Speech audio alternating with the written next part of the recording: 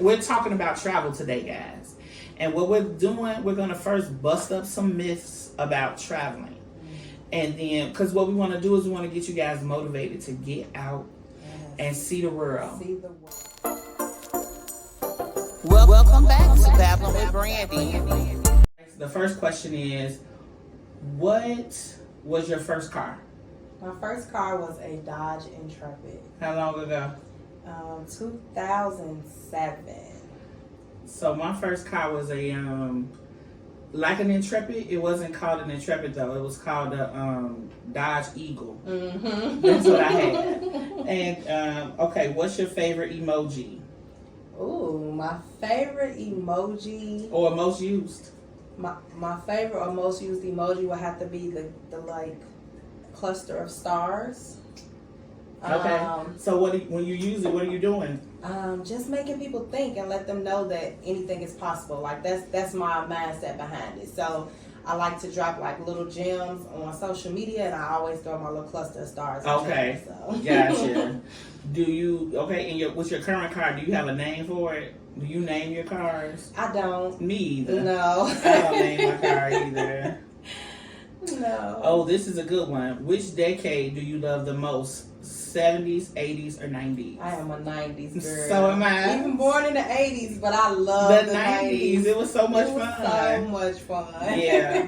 What do you think was your favorite fashion trend from the 90s? I think it had to be like the stars pullover. Okay, yeah, that was my thing too. I always dress like a tomboy, so I throw those on with some Jordans, and I'm good to go. I don't remember what team of jacket I had. Do you remember? I love the Charlotte Hornets one. Oh yeah, the Charlotte Hornets one was beautiful. It was purple with the white in the middle. Because purple is my favorite color, so I love the Charlotte Hornets one. But I am a Bulls fan, so I had a Bulls one too. But I didn't have I Bulls. love the Charlotte Hornets. But whatever I had, it was red and white, but it wasn't Blackhawks. I don't know. Maybe I had the Chiefs or something.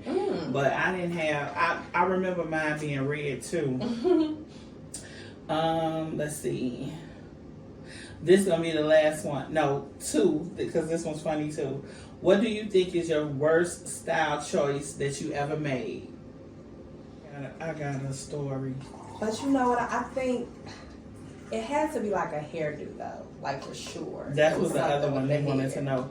What do you? Okay, so what hairstyle was it? I think, and I don't know why I used to do it because it used to hurt my head so bad. When we used to put the twist in the front with the little butterfly clips on the I know end. exactly what you're talking about. Oh my goodness, I had so many sores in my head from those clips and headaches. But that was my go-to hairstyle. So, because it was simple. When I was younger, I'll never forget this. My grandmother, I don't remember, I must have been like a freshman. And so my grandmother was like, you know how your mom and your grandma, whoever does the shopping for you, they don't want to give you the money. They like, you pick it out and they tell you what you can have, what you can't have. So I'm like, I'm old enough to do it myself. She takes me to the mall and she gives me the money and she says, I'm going to sit right here. She sits on the bench and she tells me, go get whatever you want. I remember buying a patent leather suit. Like a two-piece? A two-piece patent leather silver suit for school with a black velour hat. It was pink, it was silver pants, fitted, skin tight, silver vest. It wasn't even like a shirt or a jacket. It was a vest with I didn't know what shirt I was gonna wear. Oh my goodness. And I had a velour hat. And I see like Jackson 5 outfits. It was so wild. And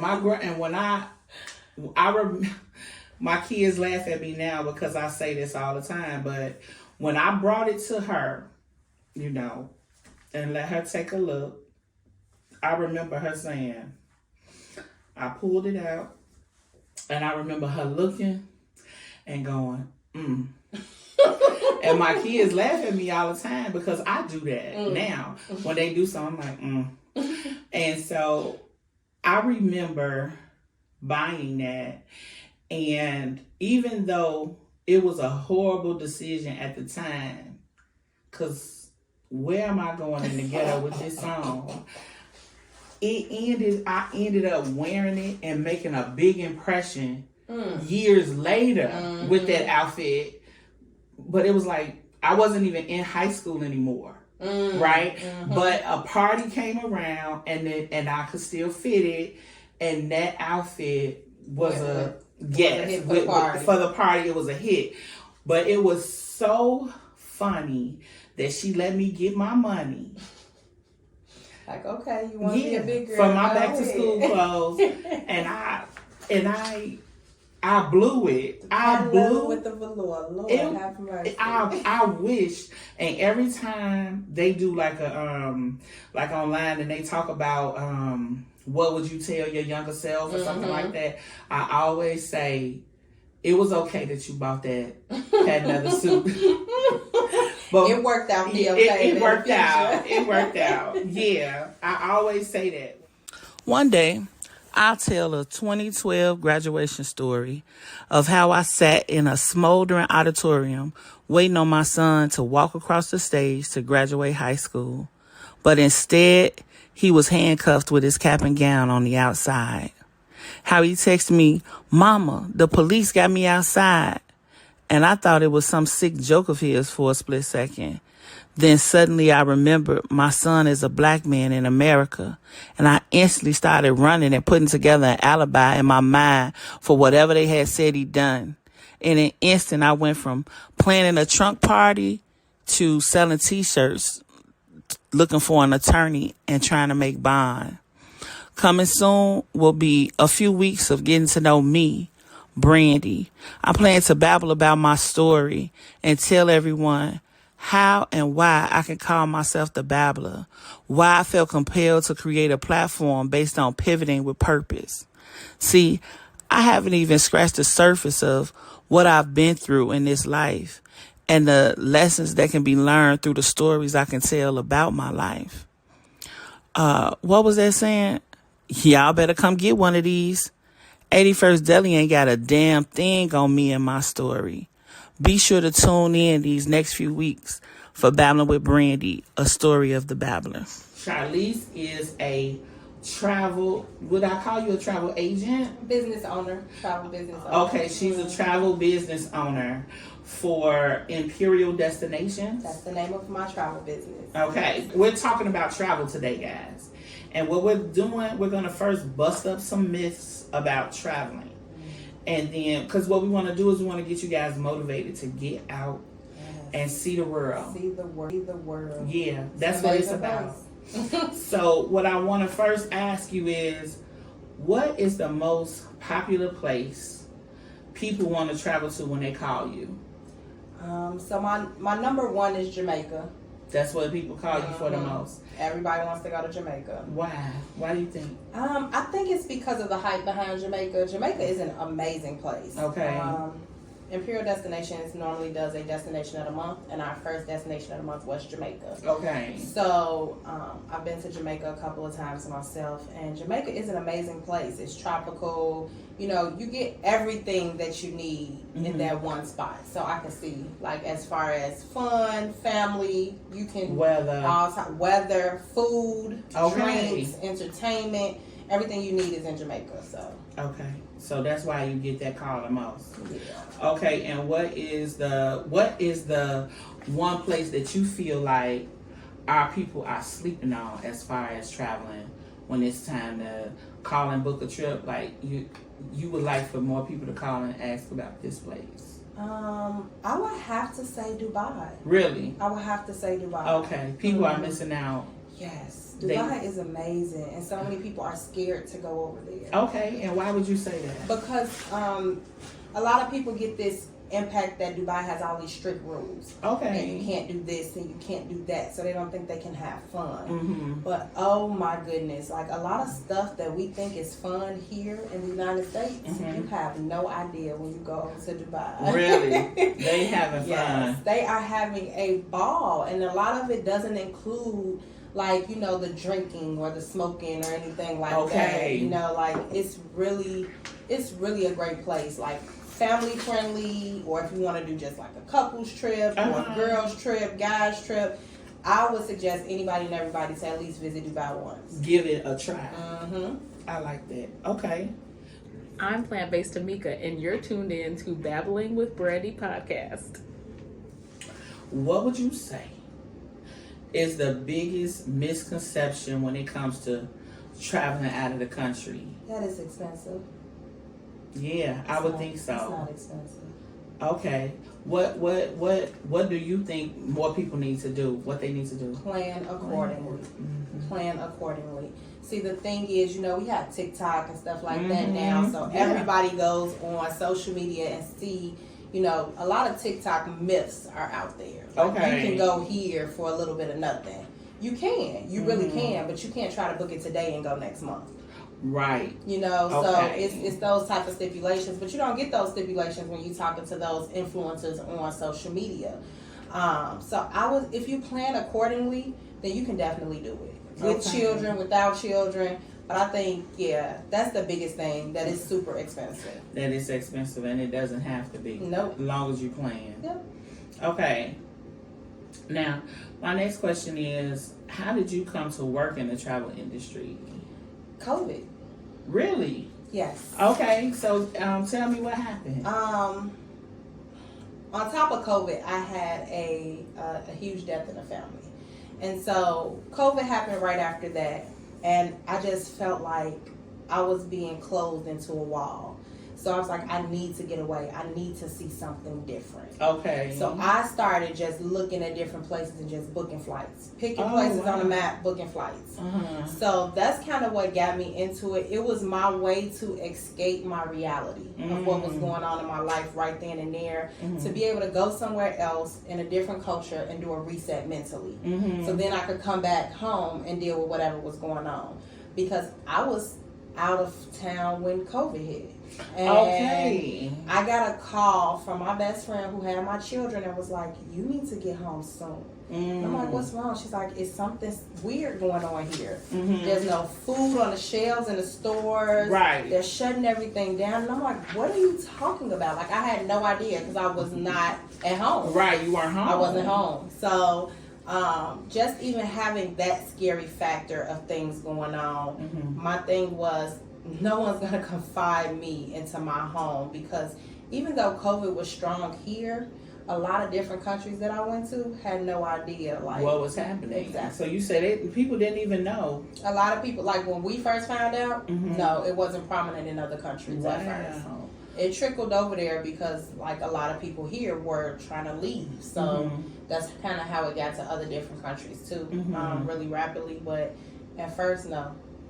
And so now you say that COVID was how you got into the industry. That on top of I lost my baby brother to gun violence in Chicago, and that was a lot for me. Yeah. That was a lot.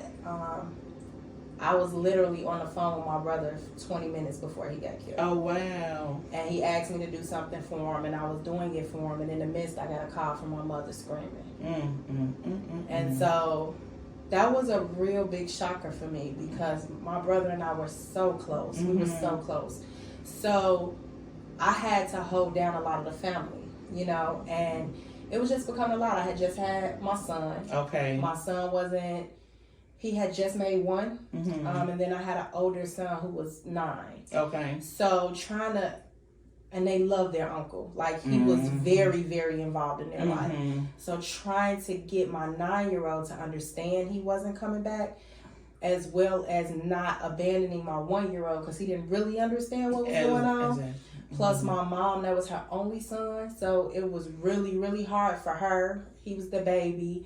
And then that's my dad's baby boy. So it was just like I had to hold everybody down. And that becomes very, very heavy. For sure. That becomes very heavy. So with that happening and then COVID happening, and I was just like, I need a break. Like, I gotta go I somewhere. gotta I gotta figure something else out. Yeah. So that was just like my outlet. That was my go-to to travel. Travel. Get up and go. And so, and then you ran into the program. So then I had a long-term friend. I went to high school with her. Her sister. She reached out to me. She said, "I see you on the move all the time. Mm-hmm. Did you know you could get paid for traveling?" And I'm like, "Tell me more." Right. Tell me more, because at the time I was working for FedEx. Okay. So I was a CDL driver for FedEx, delivering packages. And even during COVID, we were essential. Mm-hmm. So we're talking like 12 to 14-hour days. I was going to say you were working. I was working through everything. So it was just all becoming a lot. And so she saw me traveling a lot, and she was just like, "I want you to check this out. Just listen to the business, see what you think." And when I got on and listened to it, I was like, it's a no-brainer. It just makes sense. It made sense for you. Go ahead, I'm gonna start my travel business, and that's how we got here. Get to this point. Mm-hmm. Okay. So you told me what you did before working in the travel industry. Yep. Which is Delivering the the Purple Promise. Yes, ma'am. Okay. Now, what has been your favorite place to travel with Imperial Destinations? I think my very first big group trip to Hawaii. It was amazing. I took 26 people with me. So it was a total of 27 or 28 of us, and we all went to Honolulu. We met each other through the pandemic. Had only known each other on Zoom. Wow. We were trading Forex, and they was like, "Let's put a trip together." I was like, "I got y'all. Let me put the trip together." You know. So I put the whole trip together. We went to Hawaii, and we made some lifetime bonds. Like, I still continue to speak with them. We went to Hawaii in 2020, 2021. One of those years. But we had a great time learning the culture, actually still working, being with each other, actually taking that leap of faith and meeting all these strangers and rooming with people we didn't know. Sure. And it was just an amazing experience. So and that was my first time being in Hawaii too. So it was really exciting. It was really exciting. And people say Hawaii is expensive, so I'm sure that, like you said, it's a myth buster to be able to say, well, I went to Hawaii. Me and 20 plus women were able to go, and not it didn't break the bank. It didn't. You know, and you guys had an amazing time. An amazing time. Yes, ma'am. That's what's up. I want you to tell me first. What I want you to do is I want you to tell me what exactly is Imperial Destinations. Imperial Destinations is a travel agent where you can travel internationally, even if you're on a budget. So my dream is to make your dream come true. I specialize in international travel, and that is for families, so anyone with children, because they always believe children can't go international. We need to show these babies the world.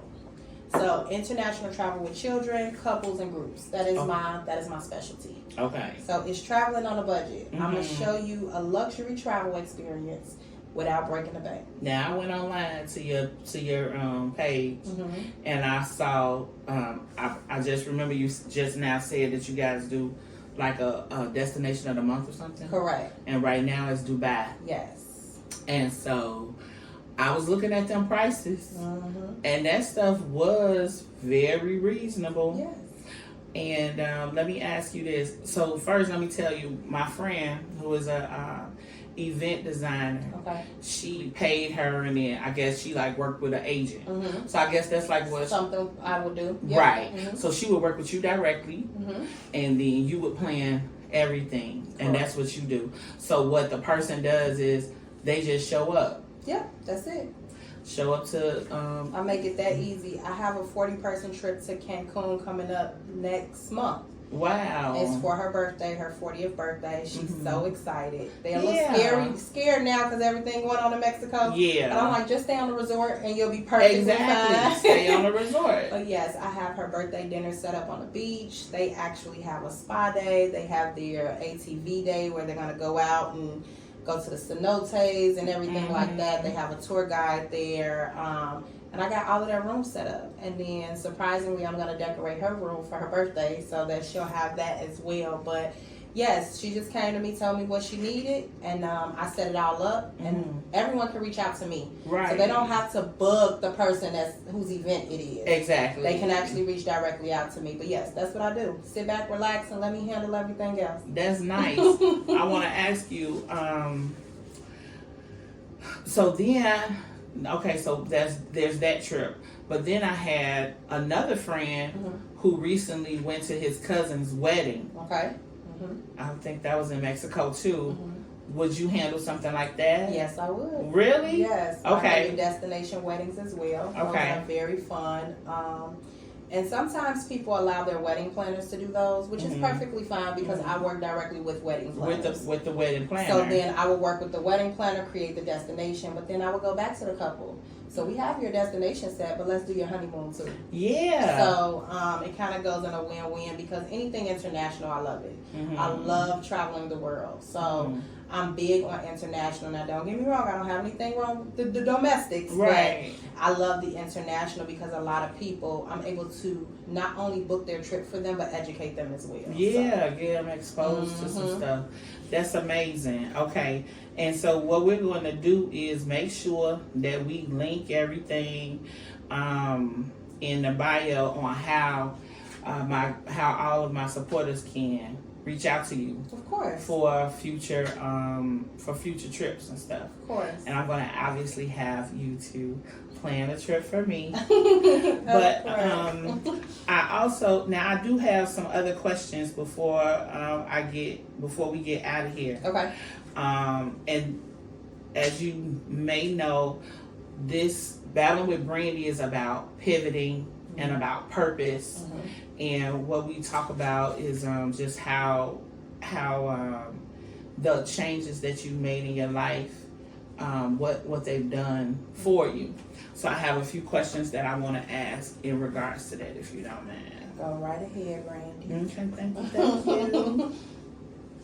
I just got what do you do for self-care outside of travel? Because you own more than one business, busy mom. What do you do to take care of yourself? Like just at home, like what's a self-care thing? Typically I take a day to not do anything. Like Really? nothing. I'll read, or maybe I'll go get like my hands and feet done, a manicure, pedicure type of thing. But I know I do want to get into doing a massage once a month. That is something that I want to get into, a massage and a facial. But right now, it's a day of nothing, a day of nothingness. A book, my candle lit, and nothing. Okay. I can't find them, but I do remember the other one is. What? Okay, now let me ask you: do you like binge watch shows or anything when you? Sometimes, but I'm not a big TV person. Okay, you're not a TV person. Not for real.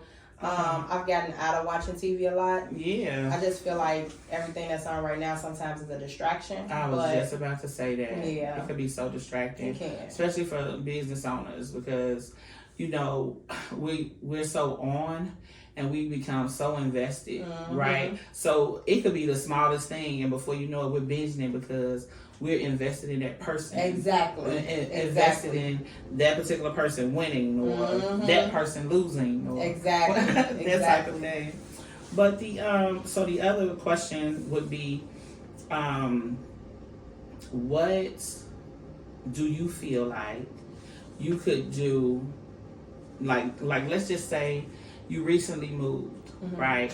And then again you own all these businesses. What do you think you could do better, personally or professionally, each day? Each day, I normally write out a to-do list, and my thing would be to just stay focused and complete the to-do list. Okay. Professionally, I know I need to outsource. I know that I'm not a one-woman show. Like, I definitely need help. So outsourcing is a big thing that can help make my businesses be more beneficial. So then I can have more personal time. Okay. Personally, I would just want to get more personally into a little bit more self-development. So I read a lot of different books, but I think I can do more. I think I could do more, take more time to just personally develop, really dive deep into who Sharlese is. Okay. And just make me a better mom, daughter, friend, wife, you know, so those type of things. Okay. Relaxing vacation that you've done thus far, like where you felt like when you came back, like just ready. Costa Rica. Really? Oh my goodness. Costa Rica was amazing.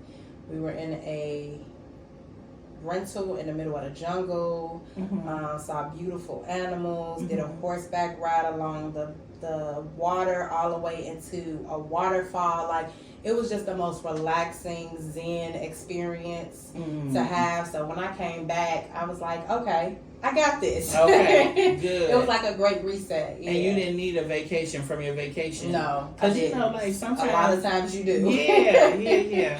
So okay, cool. Now this is going to be, I think, my final question. Okay. What would you give? What advice would you give to a woman or a man who is aspiring to do exactly what it is that you do, right? So let's just say, like, somebody wants to, they may not necessarily want to own a travel business, but let's just say they do. They want to be an entrepreneur in general, right? And they have all these things going on, just like you have all these things going on. What would be your advice to that woman or that man? To do it. Do it. Just do it. That's my advice. Just do it. Like, a lot of times we talk ourselves out of our greatness. Wow. Because we're so scared and afraid of what if we fail. But what if you don't? Yeah. What if you don't? What if you're great at this? You know, so I say just do it. Go for it. Just go for it. Yep. That's what you say. Take that step. Take the step.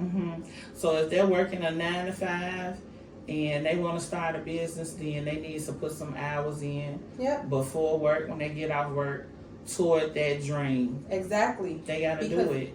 It's time for us to stop building everybody else's dream and start building our own. That's real. You know, you take a lot of time to give to someone else, but then you're scared to give that time to yourself. And that doesn't make sense. So you have to do it. Like, I wish I wasn't scared and would have did this years before I did it. That's how I feel about this podcast. I'm like, girl, who knows where you would be? Exactly. But we got to live in the right now. And we just got to advise people to do it. If it's on your mind, go for it. You don't have to be great when you start. The only way you get great is if you do start. Exactly. You got to get started. So I love that. Yes. That would be your advice. Yep. Just do it. Cool. Did you enjoy your time with me today? I did, Brandi. Thank you so much. I thank you so much for coming. So she came here on vacation.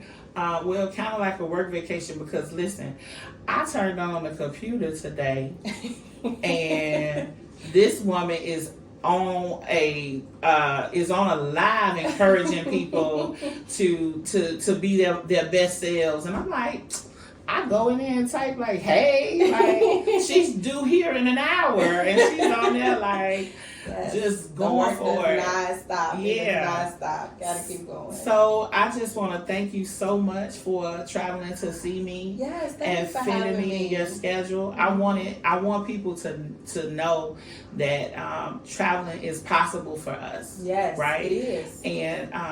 And it's people out here that can make that possible. Yes. And make it affordable. And it's not something that we can have luxury travel, just like anything we see on TV. But we just have to, like you said, plan for it. Yep, just plan for it. And trust ourselves, right? Because it's a matter of budgeting, planning, and all of that. And let's do those things. Like, let's not get tricked by like you said, TikTok and all this, where these people are going on these trips and it looks like they just woke up after sleep and decided to go. No. Yeah. We know that there's some planning that goes in that, and that's what Sharlese does. And Sharlese, I want to thank you so much again for coming to Babbling with Brandi. I certainly hope you enjoyed yourself. I did. I know I did a lot of fumbling around in the beginning, and everything, because I wasn't ready. You I'm got only it. ready. You're always ready. You're natural, Brandi. You got this. You were ready. Okay. I want to thank you guys so much for coming in and babbling with us. And until next time, thanks for babbling with me. Bye. That was good. Perfect. Great job.